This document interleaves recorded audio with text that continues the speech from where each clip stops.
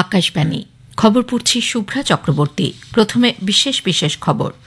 প্রধানমন্ত্রী নরেন্দ্র মোদী এবং ফিলিপিন্সের রাষ্ট্রপতি ফার্দিনান্দ রোমুয়ালদেজ মার্কোস জুনিয়রের মধ্যে আজ এক উচ্চ পর্যায়ে প্রতিনিধি স্তরের বৈঠক হবে। নতুন দিল্লির কর্তব্য পথে সেন্ট্রাল ভিস্তার নতুন বিস্তারিত অংশ কর্তব্য ভবনের আগামীকাল প্রধানমন্ত্রী উদ্বোধন করবেন। ন্যাশনাল ডেমোক্রেটিক অ্যালায়েন্স এনডিএর সংসদীয় দলের আজ সকালে গুরুত্বপূর্ণ বৈঠক। বিদেশ মন্ত্রক জানিয়েছে, রাশিয়া থেকে তেল আমদানি করার জন্য মার্কিন যুক্তরাষ্ট্র ও ইউরোপীয় ইউনিয়ন যেভাবে ভারতকে আক্রমণ করছে তা যুক্তিযুক্ত নয়। বাংলাদেশের ঢাকায় জাতীয় সংসদ ভবনে আজ বিকেলে জুলাই ঘোষণাপত্র প্রকাশ করা হবে। ইংল্যান্ডের বিরুদ্ধে পঞ্চম টেস্টে ভারতের জয়ের মধ্য দিয়ে অ্যান্ডারসন তেন্ডুলকর ট্রফি 2-2 শেষ হয়েছে। আসছে বিস্তারিত খবরে। প্রধানমন্ত্রী নরেন্দ্র মোদী এবং ফিলিপিন্সের রাষ্ট্রপতি ফার্দিনান্দ রোমুয়ালদেজ মার্কোস জুনিয়রের মধ্যে আজ এক উচ্চ পর্যায়ের প্রতিনিধি দলের বৈঠক হবে। ফিলিপিন্সের রাষ্ট্রপতি 5 দিনের সফরে গতকাল নতুন দিল্লিতে এসে পৌঁছন। বিদেশমন্ত্রী ড এস জয়শঙ্কর আশা প্রকাশ করেছেন, দুই নেতার আলোচনায় দ্বিপাক্ষিক অংশীদারিত্বের সম্পর্ক আরও মজবুত হবে। দ্বিপাক্ষিক স্তরের কথাবার্তায় ভারত ফিলিপিন্সের মধ্যে বাণিজ্য, বিনিয়োগ, প্রতিরক্ষা এবং নিরাপত্তা, সমুদ্রপথে সহযোগিতা, কৃষি, স্বাস্থ্য, ফার্মাসিউটিক্যালস এবং ডিজিটাল প্রযুক্তি সহ বিভিন্ন দ্বিপাক্ষিক বিষয়ে আলোচনা হবে। 2023-24 অর্থবর্ষে দুদেশের মধ্যে বাণিজ্যের পরিমাণ পৌঁছেছিল $350 কোটি মার্কিন। বর্তমানে প্রতিরক্ষা, নিরাপত্তা এবং সমুদ্রপথে সহযোগিতার ক্ষেত্রে দ্বিপাক্ষিক সম্পর্ক বিস্তারিত রয়েছে। তথ্য প্রযুক্তি, স্বাস্থ্য, ফার্মাসিউটিক্যালস, বস্ত্র, পরিকাঠামো, রসায়ন, অটোমোবাইল, কৃষি সহ বিভিন্ন ক্ষেত্রে ফিলিপিন্সে ভারতীয় কোম্পানিগুলি কাজ করছে। প্রধানমন্ত্রী নরেন্দ্র মোদী আগামীকাল নতুন দিল্লির কর্তব্য পথে কর্তব্য ভবনের উদ্বোধন করবেন। এই উপলক্ষে এক জনসভাতেও ভাষণ দেবেন তিনি। সেন্ট্রাল ভিস্তার নতুন বিস্তারিত অংশ হল এই কর্তব্য ভবন। প্রশাসনিক দক্ষতা বৃদ্ধির লক্ষ্যে কেন্দ্রীয় সচিবালয়ের যে নতুন কয়েকটি ভবন নির্মাণের কর্মসূচি নেওয়া হয়েছে, এটি হল তার মধ্যে প্রথম। প্রধানমন্ত্রীর দপ্তর সূত্রে এক বিবৃতিতে জানানো হয়েছে, দিল্লির নানান জায়গায় ছড়িয়ে ছিটিয়ে থাকা বিভিন্ন মন্ত্রক ও দপ্তরকে একই ছাদের তলায় নিয়ে আসা হচ্ছে এই কর্তব্য ভবনে। এর ফলে একদিকে যেমন কর্মদক্ষতা বৃদ্ধি পাবে, অন্যদিকে বিকশিত হবে উদ্ভাবনী ক্ষমতাও। 1.5 লক্ষ বর্গ কিলোমিটার এলাকার ওপর গড়ে তোলা এই দপ্তরে থাকছে 7টি তলা ও 2টি বেসমেন্ট। প্রধানমন্ত্রীর আধুনিক, দক্ষতা সম্পন্ন এবং নাগরিক কেন্দ্রিক প্রশাসনিক ব্যবস্থা গড়ে তোলার অঙ্গীকারের পথে এটি একটি মাইল ফলক হিসেবে চিহ্নিত হবে বলে মনে করা হচ্ছে। ন্যাশনাল ডেমোক্রেটিক অ্যালায়েন্স বা এনডিএর সংসদীয় দলের আজ সকালে গুরুত্বপূর্ণ বৈঠক বসবে। বৈঠকে এনডিএর লোকসভা এবং রাজ্যসভার সাংসদরা উপস্থিত থাকবেন। প্রধানমন্ত্রী নরেন্দ্র মোদী শাসক জোটের এই বৈঠকে বক্তব্য রাখবেন।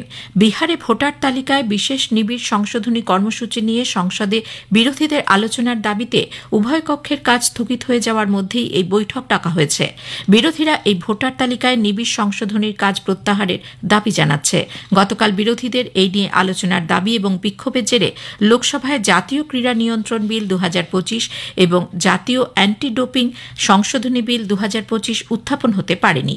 সংসদীয় বিষয়ক মন্ত্রী কিরেন রিজিজু বলেন, সর্বদলীয় বৈঠকের সময় এই দুটি বিল নিয়ে আলোচনার জন্য কার্য উপদেষ্টা কমিটির বৈঠকের সময় নির্ধারণ করা হয়েছিল। সাংসদদের তিনি সভার সময় নষ্ট না করার আবেদন জানান এবং বিরোধীদের এই ধরনের পদক্ষেপের নিন্দা করেন।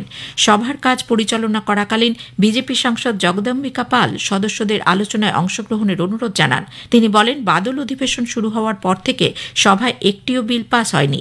কিরেন রিজিজু পরে বলেন, বিরোধীরা লাগাতার সভার কাজে বিঘ্ন ঘটানোর কারণে বাদল অধিবেশনের 3য় সপ্তাহ শুরু হলেও কোনো কাজই এগোতে পারেনি। সংসদের উভয় সভার অধিবেশন গতকাল দিনের মতো মুলতবি হয়ে যায়। প্রথমবার মুলতবি হয়ে যাওয়ার পর লোকসভার অধিবেশন দুপুর 2টায় বসলে বিরোধী সাংসদরা এসআইআর নিয়ে আলোচনার দাবিতে স্লোগান তুলে ওয়েলে নেমে বিক্ষোভ দেখাতে শুরু করেন। সংসদ বিষয়ক মন্ত্রী কিরেন রিজিজু বিরোধীদের আচরণে অসন্তোষ ব্যক্ত করে বলেন, সভায় ক্রীড়া সংক্রান্ত 2টি বিল, ন্যাশনাল স্পোর্টস গভর্নেন্স বা জাতীয় ক্রীড়া প্রশাসন এবং অ্যান্টি ন্যাশনাল ডোপিং বা জাতীয় ডোপিং বিল নিয়ে আলোচনার কথা থাকলেও তা সম্ভব হচ্ছে না। आज बहुत ही महत्वपूर्ण नेशनल स्पोर्ट्स गवर्नेंस बिल और national anti doping amendment bill चर्चा करके पारित करने के लिए समय तय किया और हमने भी अपोजिशन के मांग पर ये 2 महत्वपूर्ण बिल को 2 दिन चर्चा करने के लिए सबने माना था। इसके बावजूद आज पूरा देश में खेल और खिलाड़ियों के लिए इतना महत्वपूर्ण बिल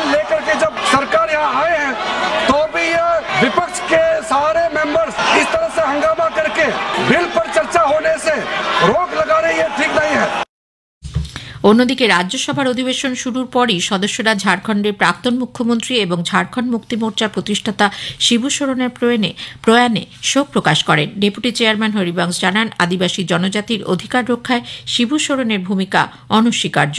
অনগ্রসর শ্রেণীর কল্যাণে শ্রী সোরেন চিরকাল কাজ চালিয়ে গেছেন। পরে সভার শ্রী সোরেনের স্মৃতির উদ্দেশ্যে কিছুক্ষণের জন্য নীরবতা পালন করা হয়। বিহারের মুখ্যমন্ত্রী নীতিশ কুমার আসন্ন শিক্ষক নিয়োগ পরীক্ষার চতুর্থ পর্বের জন্য আবাসিক নীতি কার্যকর করার কথা ঘোষণা করেছেন। সামাজিক মাধ্যমে এই ঘোষণা করেন তিনি।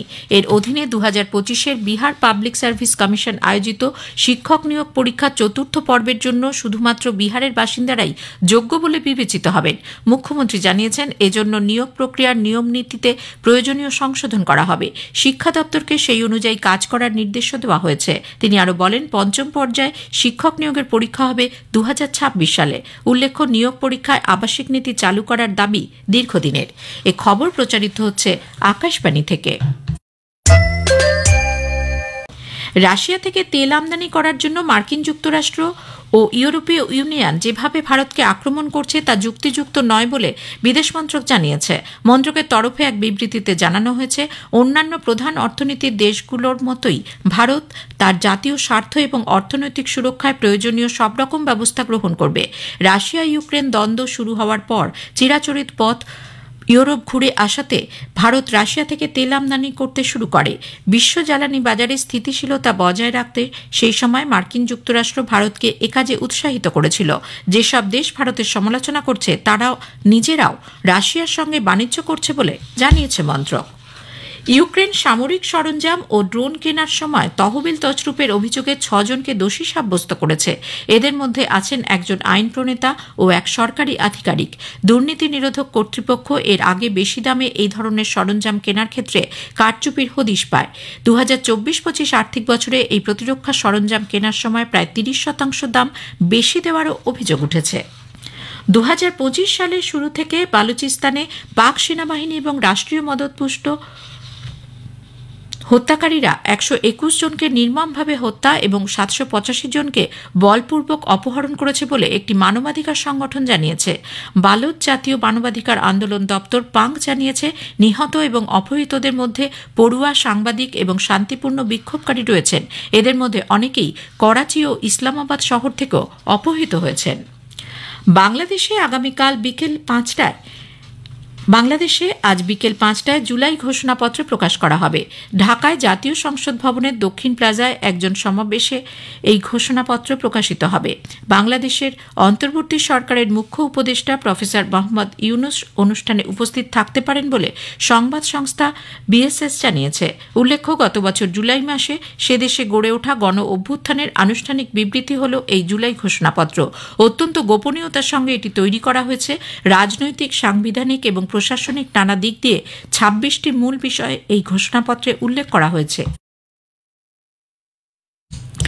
তবে এই ঘোষণাপত্রের বিষয়বস্তু নিয়ে বিভিন্ন রাজনৈতিক দলের মধ্যে মতভেদ তৈরি হয়েছে। এই ঘোষণাপত্রটিকে সংবিধানে অন্তর্ভুক্ত করা হবে কিনা তা নিয়েও তৈরি হয়েছে সন্দেহ।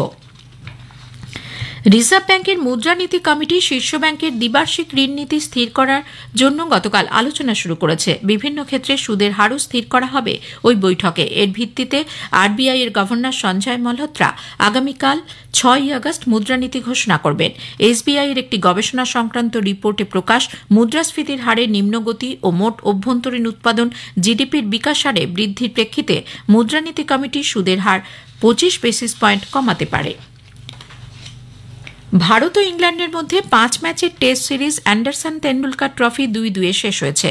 ওভালে পঞ্চম টেস্টে ভারত ইংল্যান্ডকে 6 রানে হারিয়ে দিয়েছে।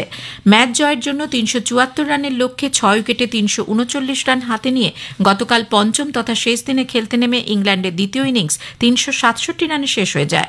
ভারতের হয়ে মোহাম্মদ সিরাজ 5 এবং প্রসিদ্ধ কৃষ্ণা 4 উইকেট নিয়েছেন। শেষ করার আগে খবরের বিশেষ অংশ আরও একবার। প্রধানমন্ত্রী নরেন্দ্র মোদী এবং ফিলিপিন্সের রাষ্ট্রপতি ফার্দিনান্দ রোমুয়ালদেজ মার্কোস জুনিয়রের মধ্যে আজ এক উচ্চ পর্যায়ে প্রতিনিধি স্তরের বৈঠক হবে। ন্যাশনাল ডেমোক্রেটিক অ্যালায়েন্স এনডিএ সংসদীয় দলের আজ সকালে গুরুত্বপূর্ণ বৈঠক। খবর শেষ হল। এর পরের খবর 7:25